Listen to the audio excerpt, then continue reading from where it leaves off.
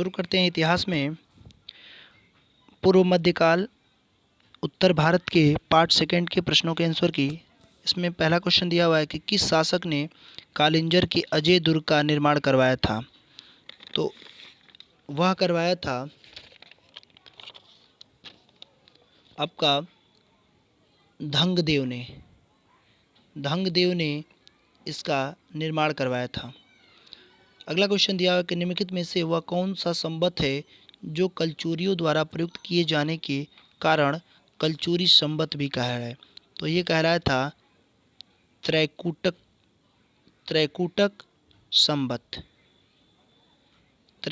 संवत कहलाया था।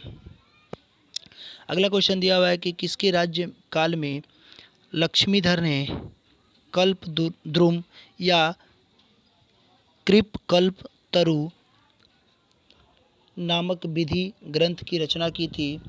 तो यह किया गया था आपका गोविंद चंद्र के समय यह किया गया था। नेक्स्ट क्वेश्चन है कि चंदावर का युद्ध 1194 में किसके मध्य हुआ था। तो यह हुआ था जयचंद और मोहम्मद गौरी के बीच हुआ था।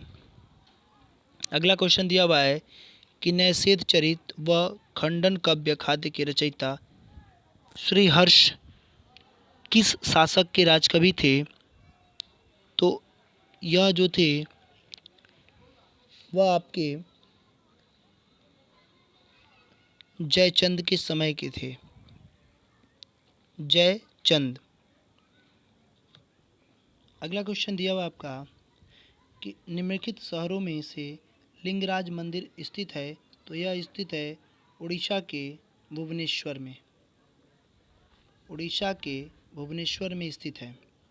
नेक्स्ट क्वेश्चन दिया है कि सूची फर्स्ट और सूची सेकंड का मिलान करना है। इसमें दिया है ग्रंथकार और उसके बाद ग्रंथ दिया हुआ है। तो कल्हड़ जिन्होंने रचना की थी ग्रंथ की वह है राजत तरंगिणी। बिल्हड़ ने विक्रमादेव चरित किया था। जैनक ने पृथ्वीराज विजय को किया था और सोमदेव ने ललित विग्रह राज को किया था। तो इसमें आपका ऑप्शन 1, 2, 3, 4 यानी कि ऑप्शन नंबर आपका ए हो जाएगा। नेक्स्ट क्वेश्चन दिया हुआ है कि किस पर स्वामित्व के लिए पाल प्रतिहार व राष्ट्रकूट के बीच त्रिपक्षीय संघर्ष हुआ था। तो यह हुआ था आपका कन्नौज के स्वामित्व के लिए इन तीनों में त्रिपक्षीय संघर्ष हुआ था। नेक्स्ट क्वेश्चन दिया हुआ है कि त्रिपक्षीय संघर्ष की पहल किसने किया था। तो यह किया था वत्सराज ने सबसे पहले इस चीज़ की शुरुआत किया था। नेक्स्ट क्वेश्चन है कि त्रिपक्षीय संघर्ष का आरंभ कब हुआ था। तो त्रिपक्षीय संघर्ष का आरंभ हुआ था 8वीं सदी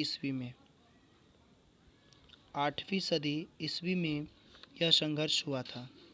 नेक्स्ट क्वेश्चन है कि त्रिपक्षीय संघर्ष का आरंभ और अंत किस राजवंश ने किया था। तो यह किया था प्रतिहारों ने इस वंश की या इस त्रिपक्षीय संघर्ष का अंत किया था। अगला क्वेश्चन दिया हुआ है कि त्रिपक्षीय संघर्ष में भाग लेकर उत्तर भारत की राजनीति में हस्तक्षेप करने वाली और दक्षिण भारत पर आक्रमण करने वाली दक्षिण की प्रथम शक्ति कौन थी। तो वह दक्षिण प्रथम जो शासक थे या शक्ति जो था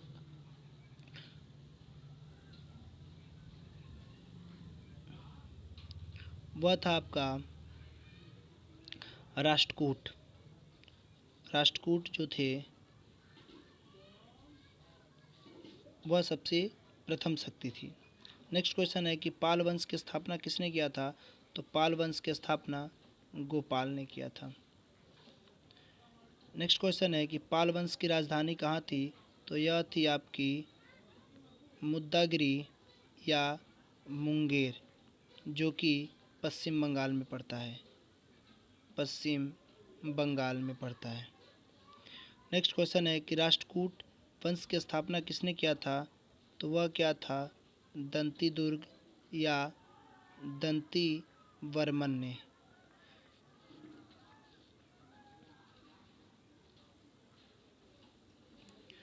नेक्स्ट क्वेश्चन आपका दिया हुआ है कि राष्ट्रकूट वंश की राजधानी कौन थी? तो राष्ट्रकूट वंश की जो राजधानी थी वह थी मान्यखेत। मान्यखेत उनकी राजधानी थी, या मालखंड। नेक्स्ट क्वेश्चन दिया हुआ है कि किस प्रतिहार शासक ने आदिवराह की उपाधि धारण की थी? तो आदिवराह की उपाधि जो धारण किया था वह शासक का नाम था मिहिर भोज। मिहिर भोज ने आदि वराह की उपाधि धारण किए थे। नेक्स्ट क्वेश्चन है किस विदेशी यात्री ने गुर्जर प्रतिहार वंशों को अल गुजर एवं इस वंश के शासक को बीरा कहकर पुकारा था? तो वह था अल मसूदी। अल मसूदी ने गुर्जर प्रतिहारों को अल गुजर और बीरा इस वंश को कहकर पुकारा था। नेक्स्ट क्वेश्चन दिया हुआ है कि कर्पूर मंजरी नाटक के रचयिता राजशेखर किस प्रतिहार शासक के संरक्षण में थे? तो यह जो थे महेंद्र प्रथम के संरक्षण में थे। नेक्स्ट क्वेश्चन दिया है कि प्रतिहार स्वयं को डैश किसका वंशज मानते थे जो राम के प्रतिहार अर्थात द्वारपाल थे? तो यह जो मानते थे अपने आप को लक्ष्मण के वंशज अपने आप को मानते थे।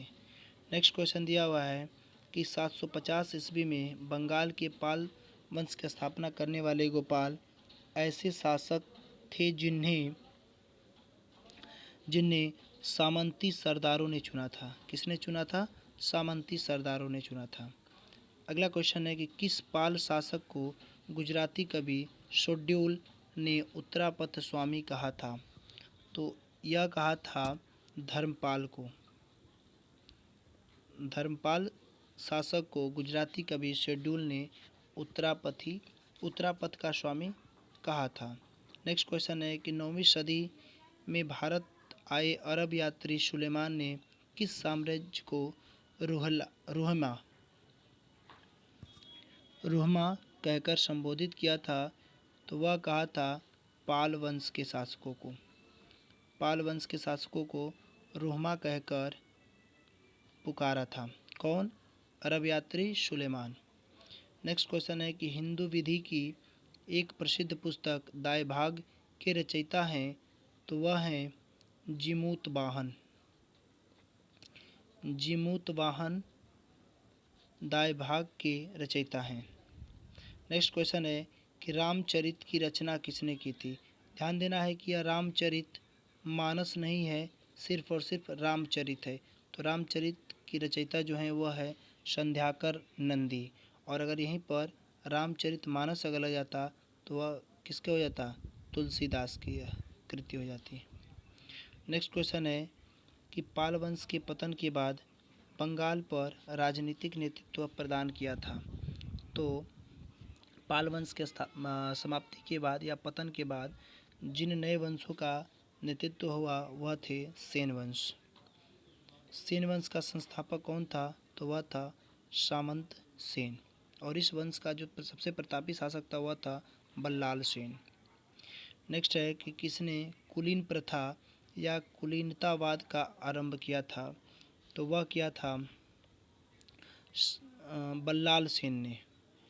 किसने किया था? बल्लाल सेन ने कुलीन प्रथा या कुलीनतावाद का आरंभ किया था। नेक्स्ट क्वेश्चन है किसने स्मृति ग्रंथ दान सागर एवं ज्योतिष ग्रंथ अद्भुत सागर की रचना किया था? तो वह भी कौन था? बल्लाल सेन ही था। बल्लाल सेन ही था कि जिसने इस अद्भुत सागर की रचना किया था। नेक्स्ट क्वेश्चन है कि कश्मीर पर लगभग 50 वर्षों तक शासन करने वाली रानी दिद्दा मूल रूप से किस वंश की थी? तो यह जो थी मूल रूप से लोहार वंश की थी। लोहार वंश की यह शासिका या राजकुमारी थी। अगला क्वेश्चन है कि कार्यस्थों का एक जाति के रूप में प्रथम उल्लेख कहाँ मिलता है? तो यह उल्लेख जो मिलता है वो मिलता है ओशनम स्मृति में। ओशनम स्मृति में इसका उल्लेख मिलता है। नेक्स्ट क्वेश्चन दिया हुआ है कि सूची फर्स्ट और सेकंड को मिलान करना है। तो नागर शैली उत्तर भारत में हिमालय से बिंद तक फैला हुआ है। पेशर शैली बिंद से कृष्णा तक फैला हुआ है। द्रविड़ शैली कृष्णा से कन्याकुमारी तक। तो इसका जो ऑप्शन था वह ऑप्शन 1, 2, 3 इस तरीके से इसका ऑप्शन हो जाएगा। तो ये रहे आज के प्रश्नों के आंसर। और कल हम लोग इतिहास में जो टेस्ट होगा वह होगा पूर्व मध्यकाल में ही उत्तर भारत न होकर यह जो चलेगा वह दक्षिण भारत का रहेगा। यहाँ पर उत्तर भारत के स्थान पर अब जो रहेगा वह किसका रहेगा? दक्षिण भारत का रहेगा, दक्षिण भारत का।